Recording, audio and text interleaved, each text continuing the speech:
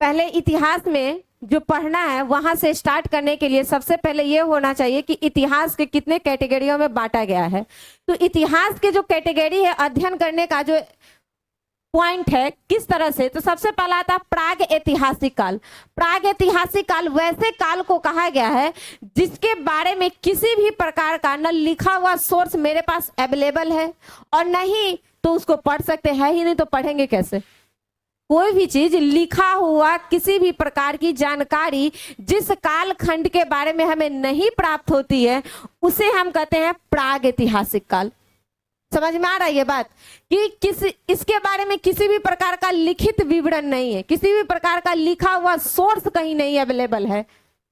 उस कालखंड के बारे में यदि हमें जानकारी लेना होगा तो पूरी तरह से हम पूरा तात्विक सोर्स पर निर्भर रहेंगे, यानी कि अवेलेबल होगा किसी प्रकार के सोर्स, खंडहर, कुछ अवशेष हमें मिलेगा वो।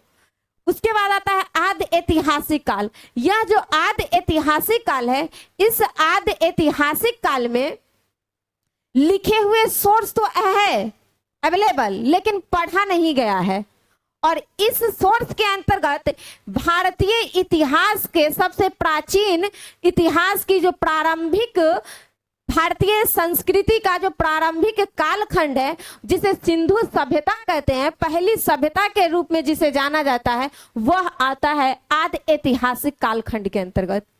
सिंधु सभ्यता, इसके बारे में किसी भी प्रकार के लिखे हुए सोर्स को अभी तक पढ़ा नहीं गया है। इसके पीछे एक रीजन यह है कि इसके जो लिखे गए जो लिपि है वह भाव चित्रात्मक है, यानी आव भाव के द्वारा चित्रित किया गया। जैसे हम 1 मिनट के लिए बताते हैं कि ये हम लिखे तो आप कह दिए क, क्योंकि जानकारी है कि हम जान रहे क। इसको बता दिए कि ये ए है, ये आपको पता है, और हमने ऐसा ऐसा फूल बना के ऐसा टेढ़ कर दिया, बताइए क्या है।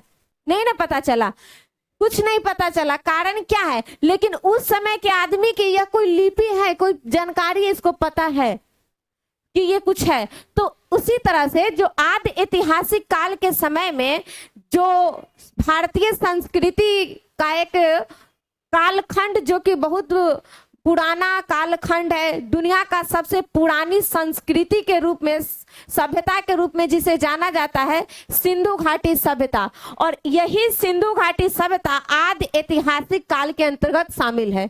और आदि ऐतिहासिक काल के बारे में ही आज हम लोग पढ़ने वाले हैं। तीसरा इतिहास आ जाएगा जो इसमें प्राचीन इतिहास, मध्य इतिहास और आधुनिक इतिहास। प्राचीन इतिहास जो स्टार्ट होगा वह कहां से होगा, वैदिक काल से। ठीक है, प्राचीन इतिहास स्टार्ट होता है वैदिक काल से, क्योंकि आदि इतिहास हमारा कहाँ आ जाता है, सिंधु सभ्यता में।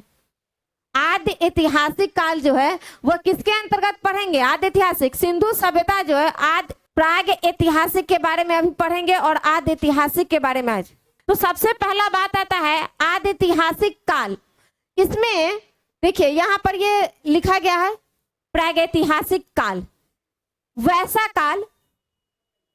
ऊपर के बारे में लिखा गया है कि भारत के इतिहास में भारतीय उपमहाद्वीप के प्रागैतिहासिक बस्तियों और समाज सिंधु घाटी सभ्यता से लेकर भारतीय, यानी इसका अगर सीधा सोर्स कहें ना तो इसका सीधा बात है कि भारतीय इतिहास के अंतर्गत हम उन चीजों का अध्ययन करेंगे जो भारत के प्राग इतिहास से स्टार्ट, यानी जिस समय मनुष्य आदिम काल में जीवन जीते था, यानी आदि काल, यानी कि वैसा समय जिस समय मनुष्य केवल जीवन का उद्देश्य उसका भोजन ग्रहण करना होता था, उस समय से लेकर के जो वर्तमान परिस्थिति आधुनिक इतिहास के जो सोर्स है, और इसमें जो सिंधु घाटी, वैदिक सभ्यता, प्रागैतिहासिक सभ्यता, और इस तरह से जो इतिहास का चरणबद्ध अलग अलग तरीके से विकसित है अलग अलग काल खंडों में, उन सब के बारे में हम अध्ययन करेंगे। जहां पर मुस्लिम समाज का जो भारत में आगमन होता है, मुस्लिम साम्राज्य स्थापित होता है, उसमें भी सिंधु शक्तियों के बारे में भी अध्ययन करेंगे।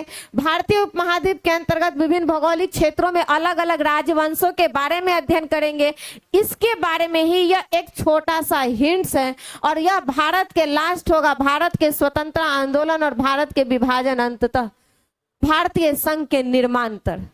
मतलब पूरा इतिहास को शॉर्ट्स में बताया गया है। सबसे पहला इतिहास स्टार्ट होता है कहां से? प्रागैतिहासिक काल से, जो मानव जाति के प्रारंभिक काल कहा जाता है। इस समय के मानव का एक ही उद्देश्य होता था, भोजन ग्रहण करना। आखेट करते थे, आखेट मतलब शिकार, क्या होना? शिकार करना। तो यहाँ पर प्रागैतिहासिक मानव जिस युग में पत्थर का उपयोग करना शुरू किया गया उसे पाषाण युग कहते हैं। देखिए प्रागैतिहासिक काल को ही ना 3 भागों में बांटा गया है। वैसे मुख्यतः 4 है, लेकिन मुख्य रूप से इसे 3 कहते हैं। एक आ जाता है हमारा पूरा पाषाण काल, क्या आ जाएगा? पूरा पाषाण काल। दूसरा आ जाएगा, पहला आएगा पूरा पाषाण काल, उसके बाद आता है मध्य पाषाण काल, और तीसरा आता है नव पाषाण काल। और इसके साथ ही लगे लगे एक और आता है काल जिसे कहते हैं ताम्र पाषाण काल। प्रागैतिहासिक काल जो है ना, प्रागैतिहासिक काल का टाइम पीरियड यदि पूछेगा कि कब से कब तक है, तो ये आ जाता है आपको 20,000 से लेकर के 2500 ईसा पूर्व। ईसा पूर्व का मत, हाँ, ईसा पूर्व में हमेशा टाइम पीरियड ईसवी डेट जो होता है ना उल्टा चलता है। ये ईसवी मान लीजिए, ठीक है। ये ईसवी उस समय को कहा गया है जिस समय ईसा मसीह जी के जन्म है, यानी ईसा मसीह जी के जन्म के समय से ईसवी का स्टार्टिंग पॉइंट है। तो यदि हम मानते हैं कि यहाँ पर ईसा मसीह जी आए और ये इनका जन्म के समय यहाँ पर से स्टार्ट होता है, तो इसको हम क्या मानेंगे? 1 1 1 1, वहां से ये 1 स्टार्ट होता है। और इधर अगर हम जाते हैं, यदि राइट जाते हैं और लेफ्ट 2 है। यदि हम समय से जो ईसवी का समय टाइम पीरियड जहां से हम काउंट करेंगे वो 1 माने, और उसके यदि हम टाइम पीरियड से पीछे के समय को जाते हैं और पीछे लेफ्ट यानी, तो वहां से हमारा टाइम अपोजिट डायरेक्शन में जाएगा, यानी कि टाइम घटता, अंक डिजिट जो है ना वो घटेगा। क्योंकि एक ये है तो ये 1 2 3 माइनस में इधर, अगर बाय द वे अगर आप इसको मैथमेटिकल हिसाब से यदि देखेंगे तो वो 1 2 3 माइनस में जाता है। लेकिन यहाँ पर मैथ तो है नहीं कि हम माइनस में लिखेंगे, तो इसीलिए ईसा पूर्व लगाते हैं, यानी कि ईसवी के पूर्व की घटना का कितना पूर्व। तो अगर लिखें कि 1 ईयर ईसा पूर्व, तो 1 साल पहले। यदि यहाँ लिखा है कि 20,000 से लेकर के 2500 ईसा पूर्व, तो इसका मतलब है कि ईसा मसीह जी के जन्म से लेकर इतना टाइम पीरियड पीछे की यह घटना है। 2000 नहीं है, 20,000 है। 20,000 से लेकर के 2500 ईसा पूर्व की यह घटना है, जो कि प्रागैतिहासिक काल की घटना है। ईसा मसीह के जन्म से पहले इतना साल पहले जाएंगे, जैसे कि 1 2 3 4 करेंगे ना, तो वैसे काउंट करते हुए हम इतना पर पहुंचेंगे ना, उस समय की ये घटना है। और ईसवी जो हो जाएगा जब ईसा मसीह जी के बाद की जो घटना जितने भी होंगे वह सब ईयर में ईसवी के अंतर्गत आ जाएगा, सन में काउंट होने लगेगा, ठीक है ना। तो ये ईसा मसीह के जन्म से ही आप लोग डिसाइड कर सकते हैं कि ईसा पूर्व कौन सी घटना हुई है और ईसवी के साथ कौन सा घटना है।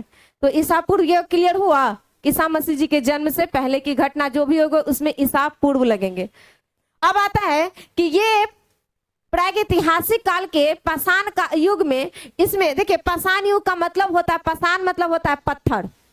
क्या होता है पाषाण का मतलब?